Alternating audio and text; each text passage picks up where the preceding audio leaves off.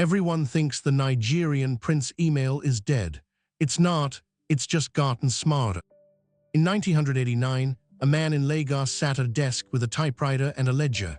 He had no internet, no email, no access to global financial networks.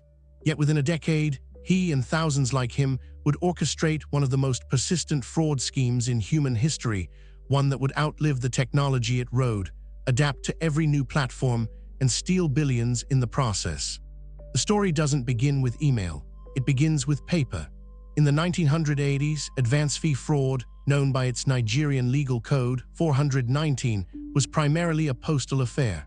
Scammers would send letters through the mail claiming to be government officials, wealthy businessmen, or inheritance executors with access to millions, blocked by bureaucratic complications.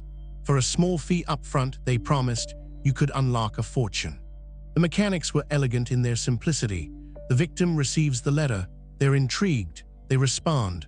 A follow-up arrives requesting money for processing fees, lawyer fees, transfer taxes, each payment bringing them closer to a payoff that would never arrive. By then, they're emotionally invested. They've already told friends. They've already imagined spending the money. Shame becomes the scammer's greatest ally. What made 419 uniquely Nigerian wasn't malice, it was opportunity. Nigeria's economy in the 1980s was volatile. Petroleum prices collapsed. The naira weakened. A young, educated population found legitimate work scarce. Meanwhile, international business was visible but inaccessible. The scam offered a shortcut. It required no physical product, no factory, no infrastructure, only language and audacity. By the early 1990s, the Nigerian scam had become systematic. Scammers formed loose networks. They shared victim lists. They refined their scripts.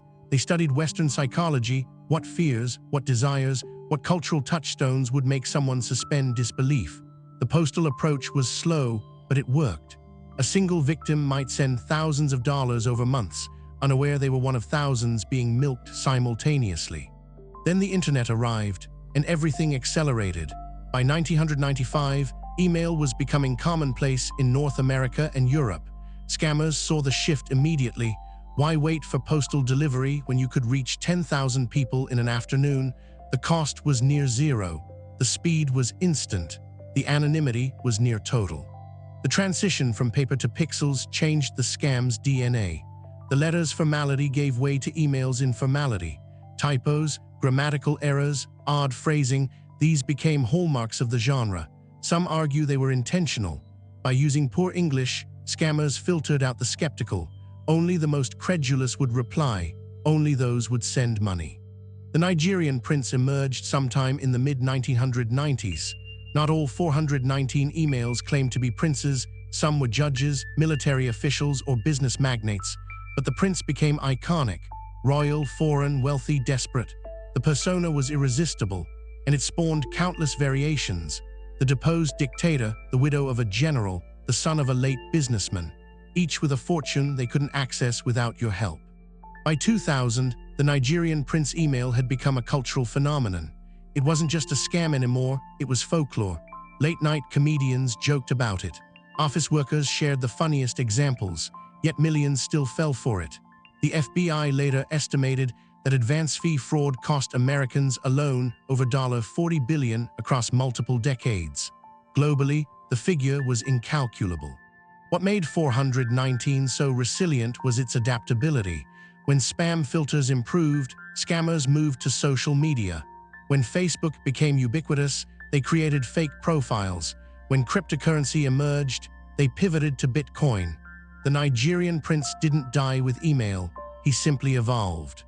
By the 2010, the scam had fractured into 1,000 variants. Romance scams used the same psychological architecture, building trust, creating urgency, requesting money. Advance fee job offers flooded LinkedIn. Inheritance claims appeared in text messages and WhatsApp. The core mechanics remained unchanged. Only the medium shifted.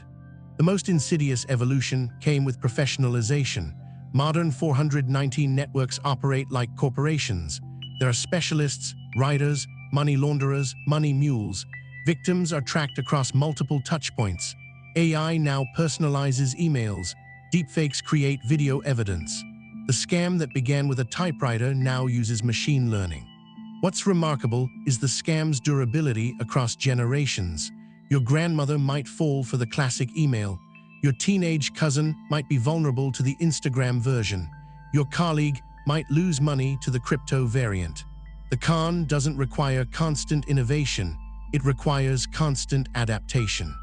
The psychology underlying 419 hasn't changed since 1989. Greed, certainly, but also hope. The belief that life can be transformed by a single stroke of luck.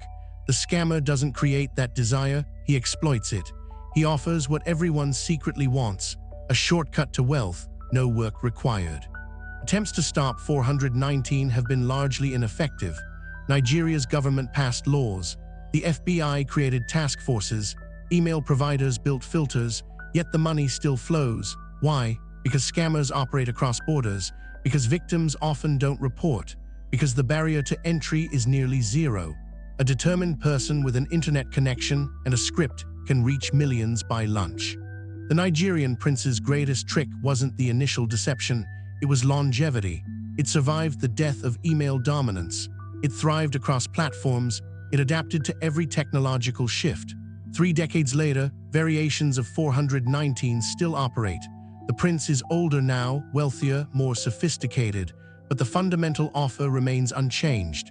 Something for nothing if you'll just play along. Understanding 419 isn't just about recognizing a scam. It's about understanding how desperation, both the scammers and the victims, creates a perfect storm.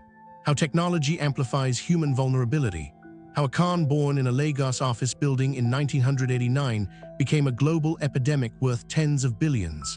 And how, despite our awareness, our sophistication, our skepticism, the offer of easy wealth remains dangerously seductive.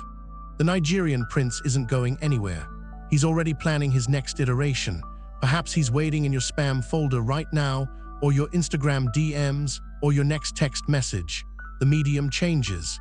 The con remains eternal, and somewhere, someone is reading an email from a stranger claiming to be royalty, thinking just maybe, this time, it's real. Subscribe to uncover how modern cons continue to evolve. There's a new scheme dissected every week.